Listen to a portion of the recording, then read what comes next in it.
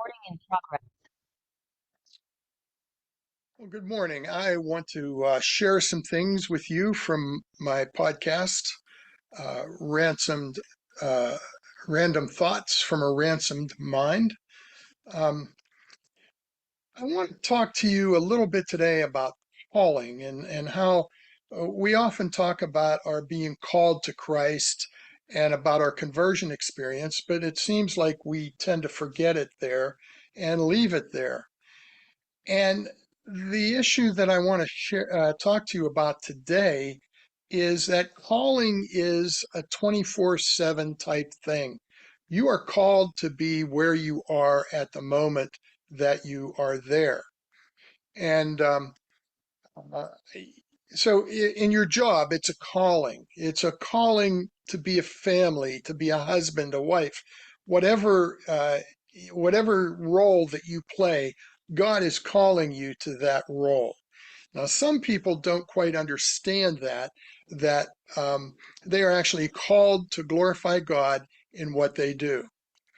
A little over a year ago, I was diagnosed with severe arthritis. I was having trouble walking. My legs had become very weak, and I went to a doctor, and that was what his diagnosis was. As I talked to my family doctor, um, well, let me take that back. So I'm trying to figure out why am I going through this? This is difficult. I'm trying to do ministry uh, on a high school campus, and not being able to walk well is a problem. So I'm trying to figure this out. Why am I called to this ministry, and yet I'm called to have this particular suffering going on in my life? So the first Sunday that I was in church after that diagnosis, the pastor preached on uh, on Paul's thorn in the flesh. And as we read some of the translations, Paul talks about the reason he has this thorn in his flesh, and he talks about boasting in it, but it's to glorify God in his suffering. And he speaks about that in other places. And we think about the suffering that we see in some of the folks. We think of Job, we think of folks, they're called to suffering. So I'm trying to figure out, why am I called to suffering? Second thing I did was Marilyn and I had been working through Charles Spurgeon, and the devotion that he had for that particular day after that was on suffering and Paul's thorn in the side. And then the third thing was Monday morning, I started watching a video by R.C. Sproul, Surprised by Suffering. So now I'm trying to think, okay, I'm suffering for Christ's sake. I had to process that somehow. I had to begin to process that. So in the process of dealing with this severe arthritis, I called my family doctor to get an MRI arranged, and he basically said, "Dennis, your symptoms do not sound like that." So he had me come in, and he did a blood test, and he said, "Your muscle enzymes are just totally out of whack." But they still wanted to get an MRI because of the back issues and the pain, associated with that, and the weakness and everything. So I had an MRI, and the MRI came back, and definitely I had a problem with my back.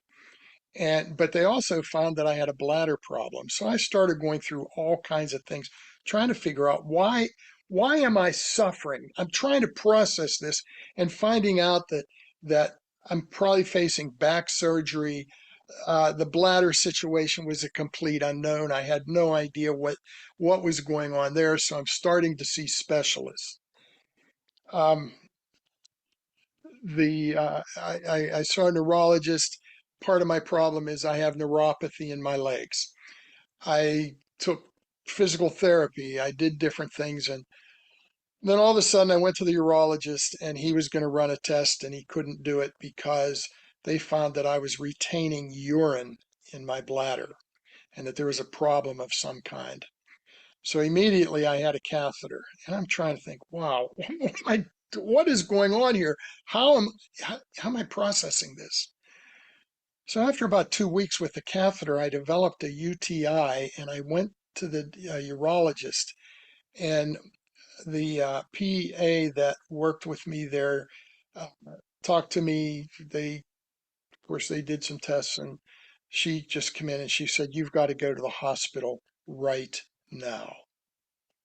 So I got to the hospital and to the ER and went through all the processes and finally got up into the hospital. And early in the morning on that Thursday, the PA came in to see how I was doing, and I was thinking, boy, that was great that she did that. I started to think about how many people had attended to me and um, how they were working and doing things because they had learned things.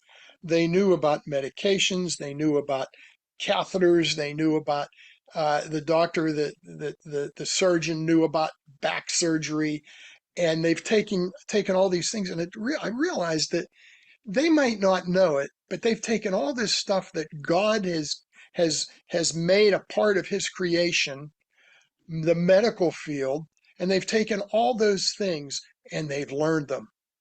And they might not realize it, but they are called to do what they're doing, and they're glorifying God in what they're doing, even if they don't know it, because their expertise, their education, their techniques, their all that they're doing is giving glory to God because of what they're doing. So now I'm thinking, oh, okay, now I understand a little bit more about why I'm glorifying God in my suffering is so that they can glorify God in their suffering.